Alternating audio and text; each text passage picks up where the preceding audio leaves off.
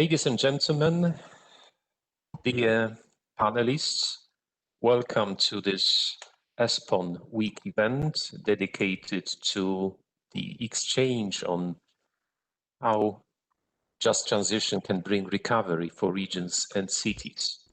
I am Wiktor Szydarowski, director of the ESPON EGTC.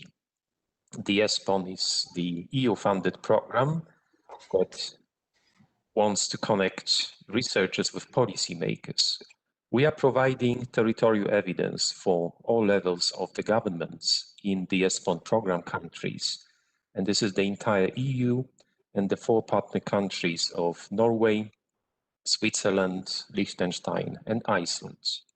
We want to see that the policies taken by the ESPON member country organizations are well-timed, are based on the real needs, are place-sensitive, and also that they respect the need to ensure that no one is left behind. I think this term is very well known among us. No one is left behind, and I think this is also a leitmotif for the specific debates. We are going to talk about the just transition and recovery. Just to remind everyone here, the just transition mechanism is a key tool to ensure that the transition towards a climate neutral economy happens in a fair way, again, leaving no one behind. It should provide targeted support to help mobilize at least 150 billion euros over the period of 2021-2027 in the most affected regions. And which regions are these? We'll, of course, discuss throughout this debate. And the purpose is to help alleviate the socio-economic impact of the transition. The Just Transition mechanism has 3 pillars: a new Just Transition Fund, Invest EU Just Transition Scheme, and also EIB Public Sector Loan Facility. This debate is going to provide some advice to policymakers on how to address the double challenge of just transition and recovery. Is it possible to fight on 2 fronts? What are the tools that are provided by the European Union in that respect? Are they sufficient to ensure territorial balance and justice, and also protect small and medium-sized enterprises and labor? How can cities and regions benefit from these tools? Also, how is the EU response comparable to other global efforts? And last but not least, the status of the negotiations for the new budget. So what kind of funding we are going to talk about ultimately. Also, I need to inform you that ESPON program has just released a policy brief on structural change potential of coal phase-out regions. This was commissioned by the German presidency of the Council of the EU. And we are very much happy and very pleased to exchange on this topic with our panelists. Let me greet in this virtual room Madame Elisa Ferreira, Commissioner for Cohesion and Reforms, Mr. Emil Boc, Mayor of Cluj-Napoca, and former Prime Minister of Romania, who is the member of the Committee of the Regions Commission for Territorial Cohesion Policy and EU budgets. We have with us Mr. Jerzy Buzek, who is the member of the Parliament and ex-president of the European Parliament. And also we have with us Mr. Volkmar Vogel, who is Parliamentary State Secretary to the Federal Minister of the Interior, Building and Community of Germany. So welcome, dear guests. We are very happy that you found some time to sit with us in this debate and provide your advice to us and other important members of the audience. Let us start with the short video message by the President of the EU Parliament, David Sassoli, to set the scene for this specific debate.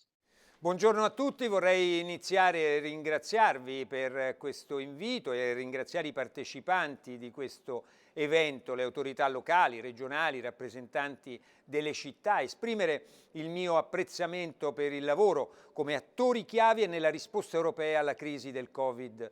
Covid-19. Ci tengo anche a ringraziare i lavoratori del settore sanitario, dell'assistenza nei vari settori. La pandemia ha colpito duramente la nostra economia, ciò di cui l'Europa ha bisogno in questo momento così drammatico è un ambizioso piano di ripresa dalla crisi. Dobbiamo ricostruire le nostre economie, dobbiamo garantire che la ripresa non sia trainata dai paradigmi del passato.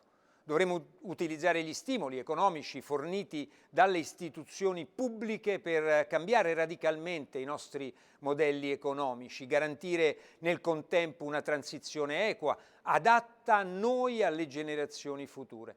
Nessuno deve rimanere indietro, dobbiamo garantire la creazione di nuovi posti di lavoro, di nuove opportunità per tutti.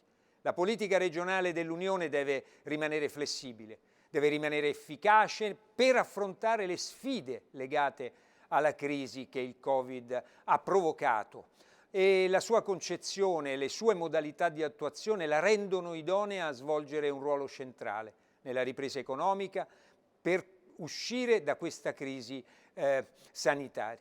Il Parlamento europeo sottolinea l'importanza del piano di investimento sostenibile del Just Transition Fund per contribuire a finanziare la transizione verso un'economia verde, giusta, in tutte le regioni dell'Unione. Saranno mobilitate risorse importanti, ingenti investimenti pubblici, privati, per aiutare concretamente le comunità più colpite dalla decarbonizzazione e incoraggiare allo stesso tempo progetti e iniziative proattive. Il Parlamento europeo è determinato a lavorare per una società a zero emissioni entro il 2050 ed è fortemente impegnato a trasformare l'Unione in una società più sana, sostenibile, equa, giusta, prospera. Usare la leva delle enormi risorse economiche che l'Unione Europea metterà a disposizione di tutti gli Stati membri per cambiare il modo di vivere, non per restaurare il passato così com'era, per avere finalmente un'economia ecologicamente sostenibile, che valorizzi le risorse del pianeta, non le impoverisca, che abbia al centro il bene di tutti e non solo il profitto di pochi. La Commissione europea lancerà presto un patto per il clima e questo patto potrebbe essere un'altra opportunità per riunire governi, regioni, comunità locali, società civile, scuole, imprese e singoli individui per condividere informazioni, creare spazi per esprimere idee innovative e facilitare le iniziative sul cambiamento climatico e la protezione dell'ambiente. Questi investimenti devono essere funzionali per creare lavoro, per creare benessere, perché la questione sociale non è un'invenzione, dobbiamo porci in un'ottica nuova che ci permetta di abbracciare veramente quel cambio di paradigma che abbiamo auspicato all'inizio di questa crisi. Le città svolgono un ruolo cruciale nel raggiungimento degli obiettivi climatici del nostro Green Deal. Esse sono al centro di molte delle sfide ambientali che dobbiamo affrontare oggi, ma sono anche il fulcro di soluzioni innovative. In quello che è sicuramente un anno impegnativo per tutti, vogliamo che le nostre città diventino più pulite, più accessibili a tutti, che tendano ad una mobilità sostenibile e intelligente, che fungano da veicolo per l'attuazione delle politiche future in tema di mobilità, per ridurre la congestione, per migliorare la vivibilità delle nostre città. Lo sviluppo di aree ricche di biodiversità e di infrastrutture verdi sarà importante, anche per contribuire ad affrontare l'inquinamento atmosferico, il rumore, l'impatto del cambiamento climatico, le ondate di calore, le inondazioni, i problemi di salute, come abbiamo potuto sperimentare in questi mesi difficili. La transizione ecologica sarà trasversale a tutte le politiche dell'Unione, avrà un impatto su tutte le regioni dell'Unione in modi diversi naturalmente. Per questo motivo il Parlamento europeo sostiene una cooperazione rafforzata con le città e le regioni europee. Il Covid ci ha rivelato tante realtà, ci ha dato tanti insegnamenti, ha rivelato la nostra fragilità, il nostro essere importanti l'uno per l'altro, l'importanza di agire insieme, di collaborare per il bene comune, ma ci ha anche resi consapevoli delle nostre fragilità e dei nostri limiti. Un approccio unilaterale ed egoistico è destinato al fallimento. Per questo dobbiamo difendere e rafforzare la nostra unità e il Parlamento europeo si impegna per garantire il pieno coinvolgimento delle regioni e delle città europee in questo processo. Grazie a tutti, buon lavoro, speriamo presto di poterci incontrare fisicamente. If I could perhaps refer to what President Sassoli is talking about here, the standpoint from the European Parliament is that Europe needs an ambitious recovery plan from the crisis. Europe needs to rebuild the economy and also, interestingly, to ensure that the recovery won't be driven by the paradigms of the past. So this is an important statement that I would also like you, dear panelists, to relate to in your interventions. We need to radically change our economic models. At the same time, we need to ensure a fair transition that is suitable both for us and future generations. No one should be left behind. Also, this is what President Sassoli is saying. So we must ensure the creation of new jobs and new opportunities for all. At the same time also, President Sassoli is saying that we need to ensure the full involvement of European regions and cities in this process, something that will be definitely very important to take up. If I could start asking you, dear Commissioner Ferreira, we have this just transition and recovery. Do you think it is possible that we address these two challenges at the same time? Some people may say, well, the EU needs to step a little bit back in the environmental goals to protect the economy and employment in coal-dependent regions. So what's your point on that? What's your position? Do you share these views? Well, thank you very much for organizing this discussion, and it is a great pleasure for me.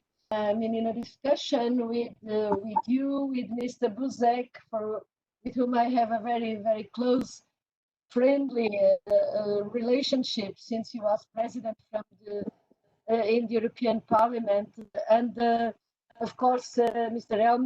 Emil Bock and the German presidency, and it's really a pleasure to have this discussion. Then, trying to answer your question, of course, we have to be able to get the two things together.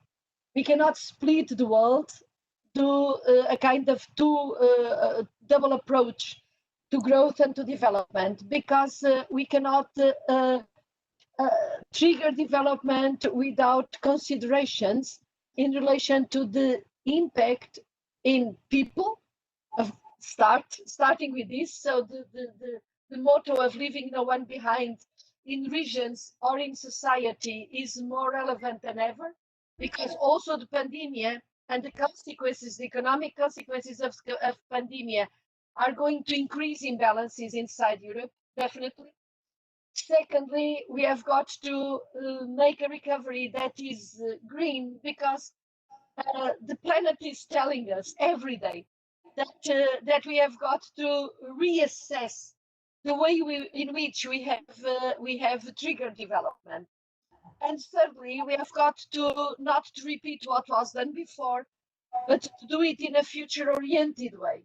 Now we recognize on every meeting, on every discussion we have, that probably we were putting too much of a burden in the environment, because there were other ways to do meetings like this one, to organize the way we travel, the way we work, the way we heat our houses. And I think it's very important to recognize that even before the pandemic, the European Union had defined its future agenda on the basis of being green and being digital. And now after the pandemic, it's even more important to do it in this sustainable way, giving a substance to the word sustainable. And for this, I think exceptionally, the European Union has managed to do things that we had never done before. So in the immediate answer to the pandemic, and all of us are benefiting from this as citizens, we did in Cohesion something that never happened. In fact, that was to create to change the legal texts in such a way that from Cohesion Fund, from the Social Fund, from Regional Fund, we could exchange, we could reprogram. And with this, it is what is being used already. 16 billion euros have been used by the different member states according with these facilities, oversimplified procedures, in order that you buy masks, you buy ventilators, you support extra work in hospitals, because you need to use the available money in each member state envelope in order to tackle these issues. And we are working day and night, all the staff from the Commission, in order to be able to reprogram these funds. And we just finished yesterday with the Parliament and with Council the text on REACT, and REACT is a follow-up. Of course, follow-up means that these facilities, these emergency instruments, will not be stopped. They will continue until 2023 through a special envelope of 47.5 billion that will come from this financial new instrument that is called the Next Generation EU. So the Next Generation EU is something completely different that comes on top of the multi-annual programming that comes from the MFF. And the purpose of this transition to the normal functioning of the fund by concentrating on this double objective, okay, continuing the decree procedure, having a seamless continuation of this special way of using the funds for the emergency, but also making the transition for a green and a digital economy.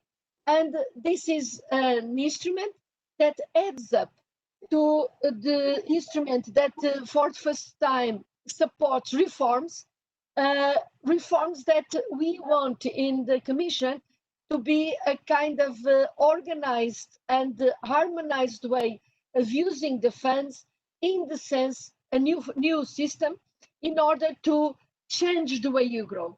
And again, over there, the greening and the digital are of paramount importance, with benchmarks, with 37% inside the reform instrument of money dedicated to greening the economy and doing things that are projects that are green. And of course, you have the MFF with all the requirements for the regional fund, for the social fund, and again, greening is there, again, digital is there. Of course, this is not painless, and this is the reason why there is this special allocation to help those regions that are more affected. And here I must recognize and honor the work done, namely by Mr. Buzek in the Parliament and by colleagues, that in fact very early they spotted that this transition to a more sustainable economy had to be accompanied by other policies that would help us to make the transition. So, of course, this depends on the finalization of the negotiations at a higher level. I have trust that, again, in the history of Europe, convergence of opinions, cohesion, solidarity will prevail. And so I hope that very soon, what we are doing in terms of opening opportunities at the Commission level will be responded with actual implementation on the ground. And the services here of the Commission are working with all the member states in order that we make the best of these opportunities. So thank you. We can go then into more details on Just Transition Fund, but the whole issue of growing, either growth is cohesive, sustainable, or it is not growth. It is not development. Maybe growth, but it is not development. Thank you. Commissioner, thank you very much. That was very useful to hear your opinion and opinion of the Commission on the point of no return, as you just mentioned. We need to go green. We need to go digital in the post-pandemic times. Hopefully these times come really, really soon. I need also to assure you that ESPON program is very close to the questions of greening and digital transition, and we also provide a lot of territorial evidence on what it means, in fact, what kind of policy responses we need to turn our economies and societies into more green and more digital. I would like now to turn to Mr. Emil Bock about the Committee of the Regions position. There has been a very useful material your committee has issued, Eurobarometer, that showed that citizens trust local and regional authorities and services more than any other institution for tackling the pandemic. How would you interpret this level of confidence and trust when talking about designing and implementing the EU development policies? Thank you so much, dear Commissioner, dear President Buzek, ladies and gentlemen. I would like to thank you, ESPON and German presidents, for this opportunity, marking the importance of just transition for the whole Europe. And I would like to be very clear, as Commissioner Ferreira mentioned, it is the time to think and act green, digital, and resilient. It's a must from this very moment. We know that our goal is to have our Europe neutral, climate neutral by 2050. We cannot have a climate neutral Europe without having a climate neutral cities and regions. So as in politics, all politics is local, I would say that every green policy is at local and regional level. So from that perspective, I would like to emphasize how important it's your event today to speed up the process. So from that perspective, the European Committee of Regions fully supports the German presidency efforts to finalize that agreement and secure a timely start of new. It's vital that funds are made available to our cities and regions from the 1st January 2021. This is a very important point from our perspective. As local leaders, we know how devastating are the effects of COVID-19 pandemic on our communities and how urgently needed EU support is for our citizens and businesses. Any delay leads to worsening of their already difficult situation. With the Just Transition Fund, our union provides regions whose economies depend on carbon and highly polluting activities with a dedicated tool. Those regions will be direct beneficiaries, but their transition can be a driving example for all. Let's have some examples from that perspective. Take the Polish region of Silesia, the biggest coal mining area in the EU, with a population of 4.5 million. Coal is extracted in 18 mines, employing almost 80,000 people. This region is a part of country Poland that suffers the highest air pollution in Europe, leading to the premature death of over 40,000 people per year. So let's look on northern islands, northern Netherlands, for example. The Hydrogen Valley, they are connect the entire hydrogen chain, including large-scale production of green hydrogen as a raw material for industry, the storage, transport, and distribution of hydrogen, its use of energy supply for a wide range of economical sectors and for mobility. The Just Transition Fund can help the full implementation of this project, showing the way ahead to many other European territories. The same in Poland. The Just Transition Fund can play a key role for the people of Silesia and to help Poland and the whole European Union to better protect citizens and turn climate neutrality into an opportunity. This is also the case of Romania. We have Valea Jiului, a very strong region with the coal mine problems, and people are asking from the local to regional level if Europe is helping us with Just Transition Fund. So from that perspective, we are making all efforts to promote these principles, and we believe that the Just Transition Fund platform can help bring together regional and national representatives with other actors. The Committee of the Regions with its broad political spectrum across the EU and profound experiences on the ground, is ready to help promote a multi-level dialogue between the EU institutions, the member states, and the local and regional level to ensure that no one and no region is left behind. Let me conclude by thanking the European Parliament for voicing regions and cities' key demands on the Just Transition Fund, insisting on the need to address social aspects, avoid cuts to cohesion policy. I have to emphasize again, avoid cuts to cohesion policy, make funds available also in 2025-2027, support the insular regions, and apply the polluter pays. That's important principle, the polluter pays principle. Let's hope that later today, EU leaders overcome the obstacles to the adoption of the EU budget and Next Generation EU, so that the people of Silesia, North Netherlands, and hundreds of other communities from the European Union can be confident that the EU will be on their side soon, ensuring that the necessary green transition is fair and boosts the recovery of our Union. Thank you so much.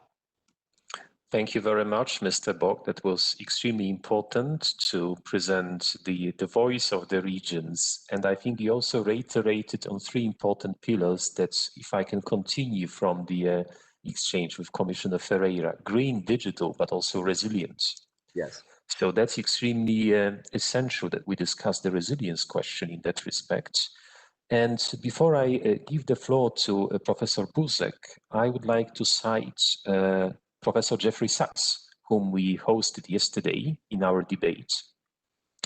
And he referred to the European Green Deal as the globally leading, most comprehensive and inspiring policy response in the world.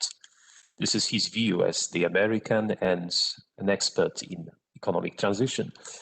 He also said that European regions shall not be anxious, as the Green Deal brings much more opportunities that we imagine at a much lower cost that we perceive.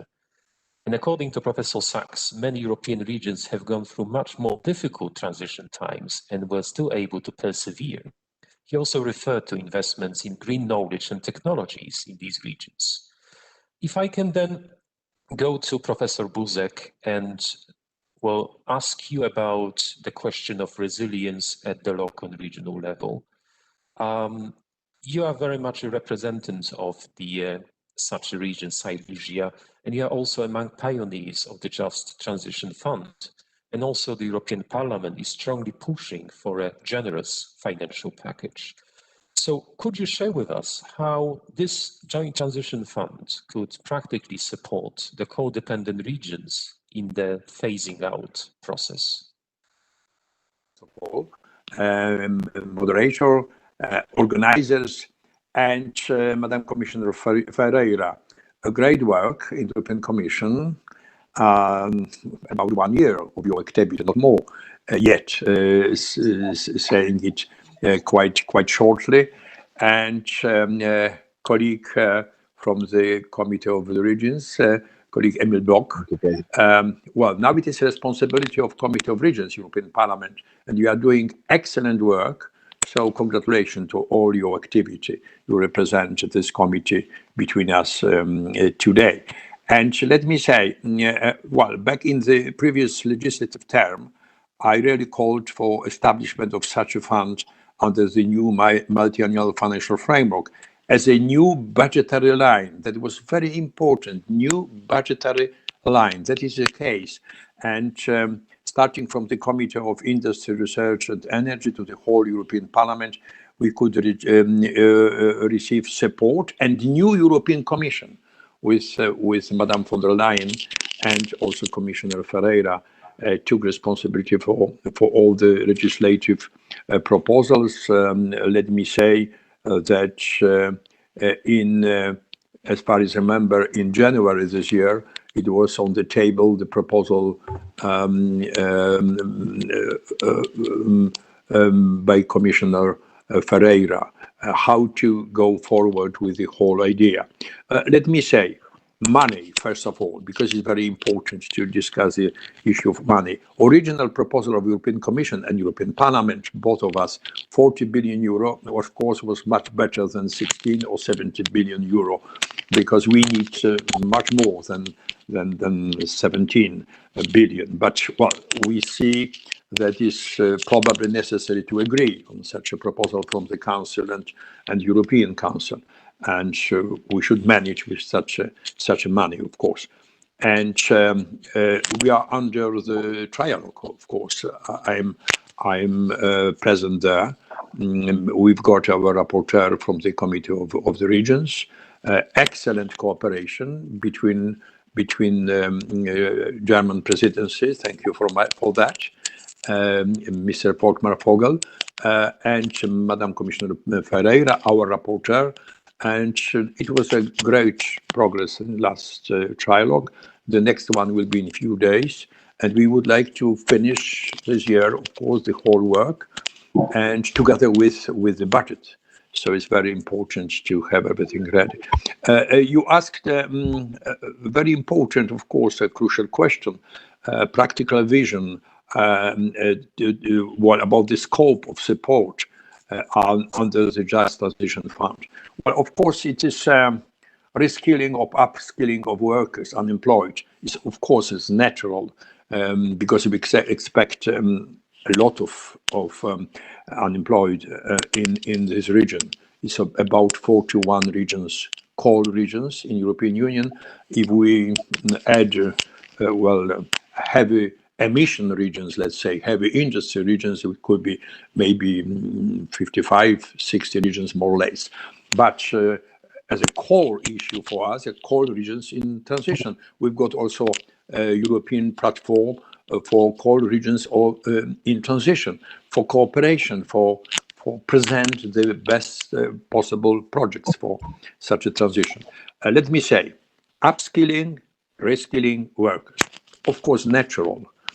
Let's say, kind of social projects, but we need also hard investment. It's very important, hard projects like investment in renewables and energy efficiency, combating air pollution and energy poverty.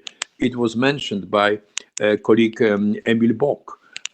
How many people dies in my country because of smog? Much more, unfortunately or fortunately, than because of COVID-19. Let us be very honest about that. It's an incomparable issue. Very important, revitalization of former mine and power station sites, because it's a very important issue in many coal regions. Investments in companies, including SMEs, micro enterprises and startups. Also digitalization, very important. Even our connecting at the beginning of our meeting was very difficult. We should improve that.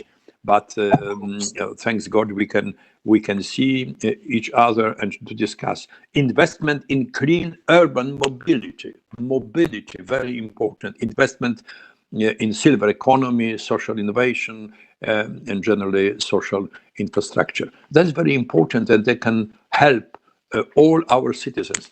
It was mentioned quite a few times that no one should be left behind. No region should be left behind. Let me underline, it is very important to prepare regional or local, territorial just transition programs in the regions, in the local communities, self-governments, research community, business, both private and other business. And let us help them to prepare such plans, because it's not enough to prepare such programs on the level of member states. We need support from the level of local communities, because they should feel that is our program for them, helping them to go through difficult periods. That's very important from the point of view of European Parliament. Thank you very much once again. Thank you very much, Professor Buzek, to share with us your views on the future of the fund, the need to have it as generous as possible, and also what you reiterated at the end, an importance of local and regional policy responses that very much go hand in hand with the Commission plans, with the plans of the Parliament, and also the plans of the national governments.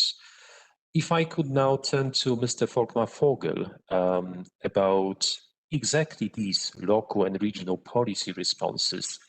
How are you dealing with this problem in Germany under your presidency in the middle of a second wave of the pandemic?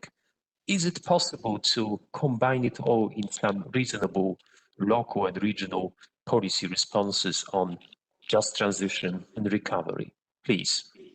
Hello from Berlin. That's an interesting question. Ms. Ferreira, Mr. Bob, Professor Buzek. I'm addressing you as my colleague because I'm a parliamentary state secretary, so I am also a member of parliament in Germany, and that is a particular challenge for me in my work, but it is very interesting. Thank you very much to you and your team of ESPON too for organizing this meeting today, because it shows that the coronavirus cannot divide us. We are in different parts of our continent, but we are still talking. We are talking about the issues of tomorrow that matter for our region, for our member states and our continent. The coronavirus pandemic has a lot of challenges, of course, not just for the EU and our Council presidency. We also realize that there are always some technical problems and it's not easy to communicate, but still, we are facing a historic crisis right now of a considerable scope. It started in spring and of course it is continuing now in autumn. And that leaves traces in the economies and society. And of course, we have to see that because of this, regional disparities threaten to exacerbate between the member states, but also within the individual member states. The COVID crisis and its consequences have different effects on the different European regions, depending on the regional situation. And this is really what makes Europe special. It is so diverse. I would like to say a few words on the German relief and recovery program. On the one hand, of course, it ensures healthcare, but it also protects businesses, employees, and their jobs, and is to strengthen social cohesion. But I would like to stress that it is an investment in the future. So it focuses on sustainable economic growth, sustainable transport and energy infrastructure, and of course, and in particular, climate protection, our topic today. It is a priority of the German Council presidency to also promote an economic recovery in Europe. This is in line with our slogan of the Council presidency, Together for European Recovery. And we've stated that right from the beginning of our presidency. We want Europe to emerge more united from the crisis and be set up better to face future challenges. That, of course, includes the budget. It includes our agreements on the budget. At the end of June, the heads of state and government of the EU agreed on the long-term budget of an unprecedented 1.8 trillion euros. But we need that money if we want to overcome the challenges. This is a very strong signal that the European Union is sending. It shows that it is willing and able to act and overcome the challenges. I am also relieved that last week, on the 10th of November, the chief negotiators of the European Parliament and the Council under the German chairmanship agreed on a comprehensive recovery fund to fight the consequences of the coronavirus pandemic. And they also agreed on the MFF 2021 to 27. This is a strong signal, as I've said, and it is really a silver lining for the European citizens and for our businesses, of course. This gets us one step closer to our goal of European recovery. Now, this result has to be adopted in the member states and then implemented. 2 member states still voiced some doubts on Monday, November 16th. And I can ensure you that we take these concerns very seriously.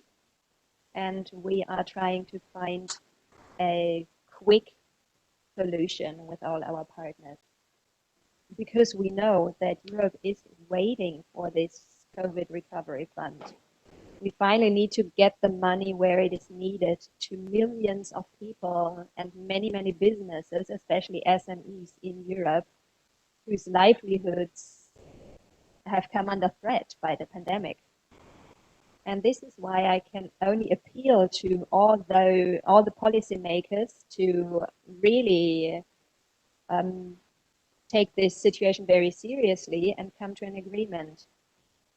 I am quite confident that we will succeed, and the German government is confident too, because this package has some very clear priorities, also when it comes to funding, and climate protection is an important priority. And this shows that an economic recovery after the COVID crisis and climate change can only be tackled together. These two are not mutually exclusive, but measures have to complement each other. This is always our priority.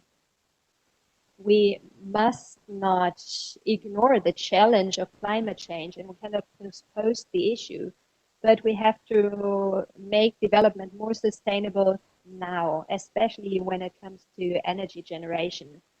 And those speaking before me already mentioned that there are large regional differences in Europe. Many regions depend on coal extraction. This is true for a part of my own home region too.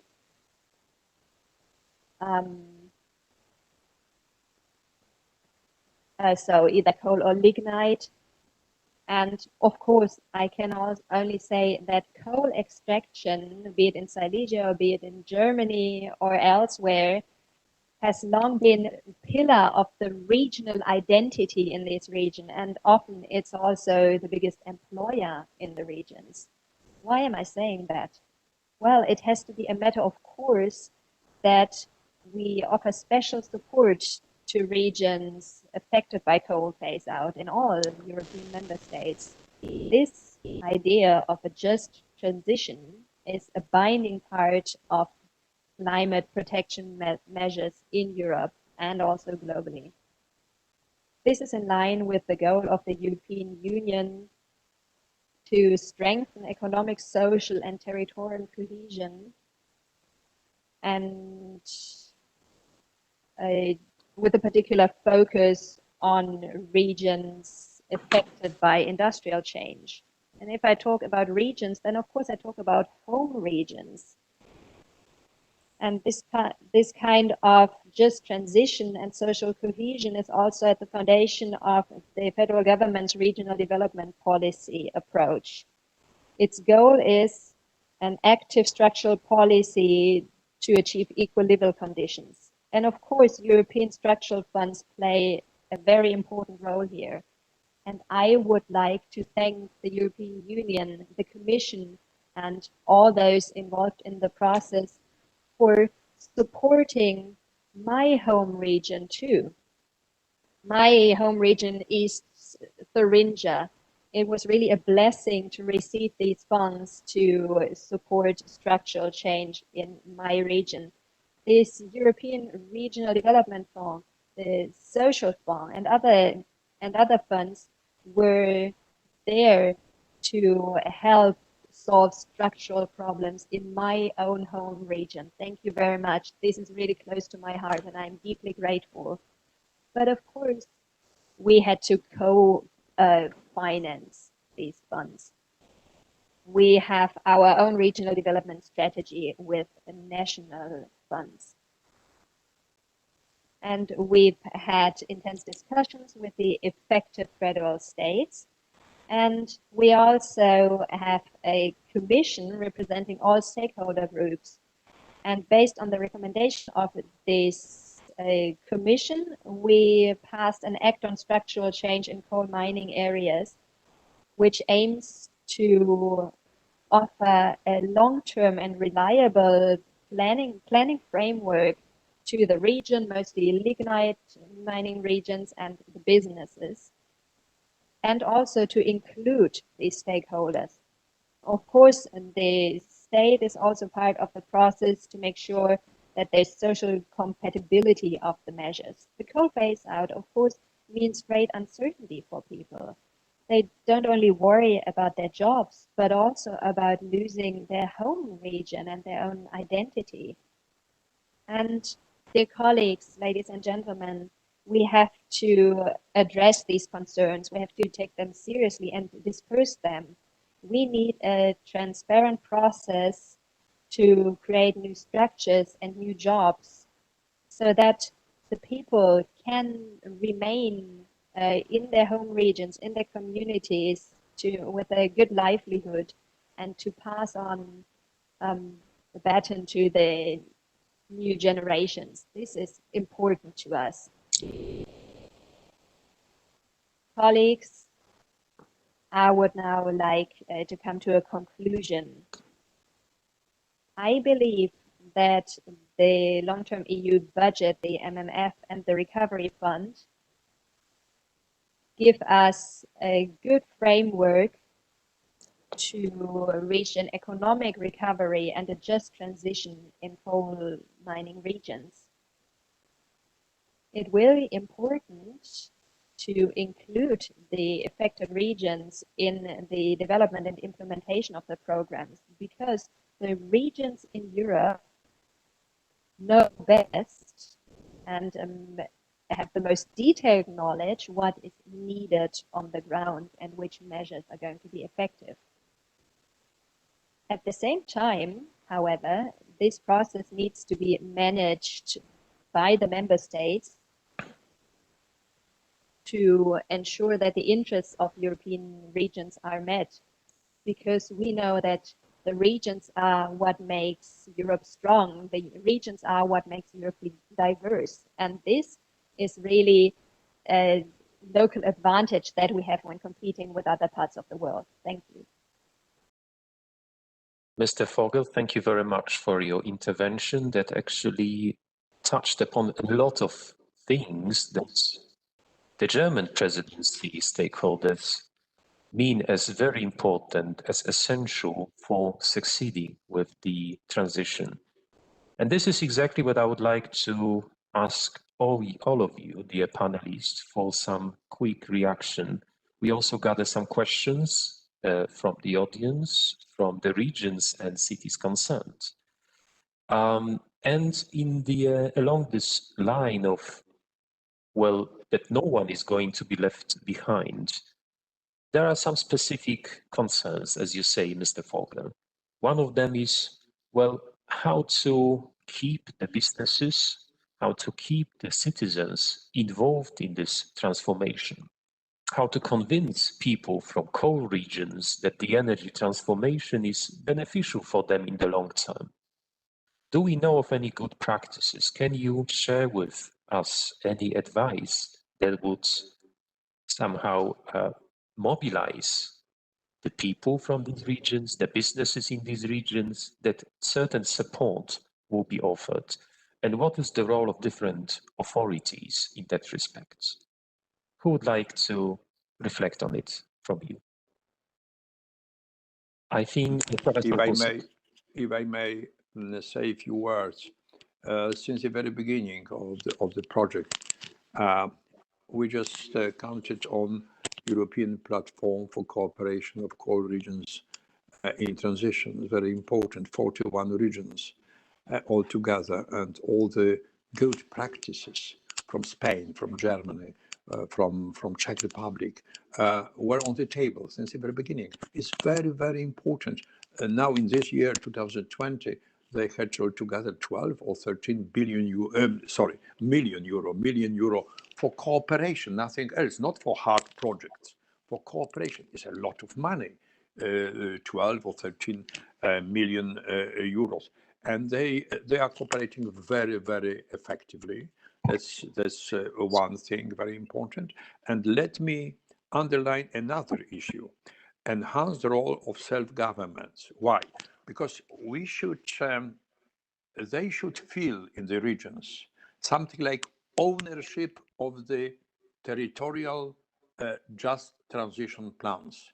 Without such an ownership, it will be very, very difficult to explain them that is their program for them, they could help it, and so on, so on. And well, let us say self-governments, of course, but business, public and private business community, research community, NGOs, everyone should be involved.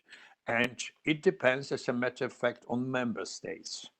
Because if we've got an idea of decentralization, it's very easy to say, well, our state just or national just transition plans, we could divide on regional, local just transition plans, and we should put them together and to observe what is really the most important for local communities. That's the most important answer for their expectations. And I think it's my answer to you, Mr. Moderator.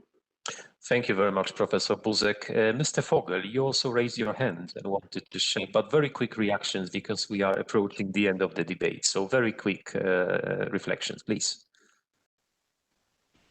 Yeah. Well, yes, sorry. I thought that you wanted to open the discussion, yes, and I wanted to be very brief. I can only support what Buzek said. The key to success is that the regions have a say in that all stakeholders are involved, and that before we agree on measures, we collect the ideas as to how we can change things. And an example of the coal area in the center of Germany that is also characterized by a chemical industry as well. This used to be fueled with coal, now with oil, but in future none of these fossil fuels will be available. And the know-how that we have, this know-how will move towards hydrogen. So we can use this know-how, we can tap know-how that exists there already. And I think this was the ideas brought together by the commission that met until the summer. Thank you. Thank you very much. Mr. Bock, if I may ask you for a quick reaction. 4 points, very concrete. First, we need to be pragmatic. Second, we need dialogue and the concrete money support. And the approach, the mindset should be, we are in the same boat and we need the eco, not ego approach. Eco system, not ego system. Third, a very concrete plan. A goal without a plan is just a wish. So we need very concrete steps. People need concrete actions to see what happens with their jobs in 1, 5 or 10 years from now on. What are their perspectives for their families? So should be very, very concrete plan after a debate in eco, not ego approach. Last but not least, identify the competitive advantage of any regions and city. Any regions has some competitive advantage. In one could be tourism, in another one could be the innovative process. We have to tackle that competitive advantage and to focus on that with concrete plan and money. Thank you. Mr. Bock, thank you very much. That was short, concise, but I think it sounded really well. And Commissioner, what's your reflections on all of this? How to combine this planning at different levels? How to integrate, incorporate also the citizens, the businesses, the micro businesses in the entire landscape of the just transition and recovery? Well, I would agree with everything that has been said. For me, I would just like to underline a couple of points. I think this time we have the means provided that what is going to be dealt with at the highest political level prevails in this negotiation, prevails the interest of the citizens and the interest of Europe, and the philosophy that is behind this construction of the European Union. In your answering your concrete question, I think it's at this moment, and trying to answer in particular what has been said by Mr. Emil Bock now, we have got to, this moment is the moment in which we are asking the regions, with support of the member states, but to propose to us how they want to use the Just Transition Fund. So we are asking exactly for that plan, and these plans cannot be top-down. They have got to be bottom-up. They have got to be engaging the citizens, be it trade unions, the entrepreneurs, the politicians, the schools, the headmasters. I mean, everybody has got to participate in this plan. I'm not saying it is an easy thing. I think both Mr. Volkmar, Vogel and Professor Buzek, they mentioned it. I mean, but for this we have got to make the best use of exchange of experiences. And last but not least, we have got to see the Just Transition Fund with the mechanism, so the second pillar and third pillar, that engage a more bankable kind of approach. I mean, as an envelope, but the quality of what we do is determinant. And for this, all the work that you do, that the academia does, supporting the organization of a good plan is absolutely essential. Naturally, the support will have to reflect the relative prosperity of the regions. That's the logic, and the countries. So a country that is less strong should be more helped in this transition. This is the logic of regional development and of cohesion. And to close up, I think we just have to take full responsibility, because it is a matter of responsibility, to grasp this unique opportunity and to make this transition as positive and as less painful as possible, because the transition is there. It will happen anyway. Mr. Buzek and I had the chance exactly to visit before we had this COVID problem. I visit Bitom, I visit the Silesia, Katowice, and in German Brandenburg, and I could see how much we can learn from each other, how much we can together reach this moment and make it a huge opportunity for a more resilient future. Trying to hold to past technologies and to things that are, in our memory, rejecting the natural change will never work. And we saw in Katowice that the natural renewal was already putting a lot of workers out of the business, because the evolution is in that direction. So the opportunity is to make this change manageable and to reorient it towards a more sustainable future.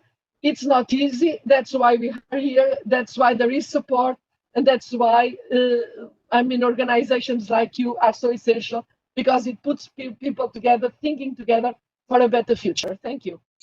Dear Commissioner, I think that I should also close up on my part on behalf of ESPON, because we have plans, we have budgets, we have competence, we have knowledge, we have commitments, we have ownership, and ESPON provides evidence to complete the picture. So I would like to really encourage you to look into our policy brief on structural change for those coal phase-out regions, because we are presenting some ideas and concepts how to do it in the best way, using the entrepreneurial discovery processes, using also spillovers from the local coal-based industries, because these people wouldn't like to be left behind. We would like to keep the people, not to afford the brain drain and losing the important population in these regions. So I would like to thank you very much for this debate.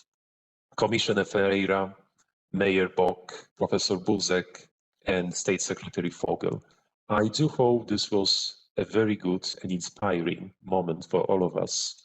And thank everyone who took part in this streamed debate, and hope this is not our last opportunity to meet with all of you and provide further evidence and suggestions on how to move on with the just transition and recovery. Thanks again for being with us. All the best to Brussels, all the best to Cluj-Napoca, all the best to Silesia region, and also to all the best to the federal government in Germany. So best regards from Luxembourg, and please stay tuned to the ESPON program and our thematic activities.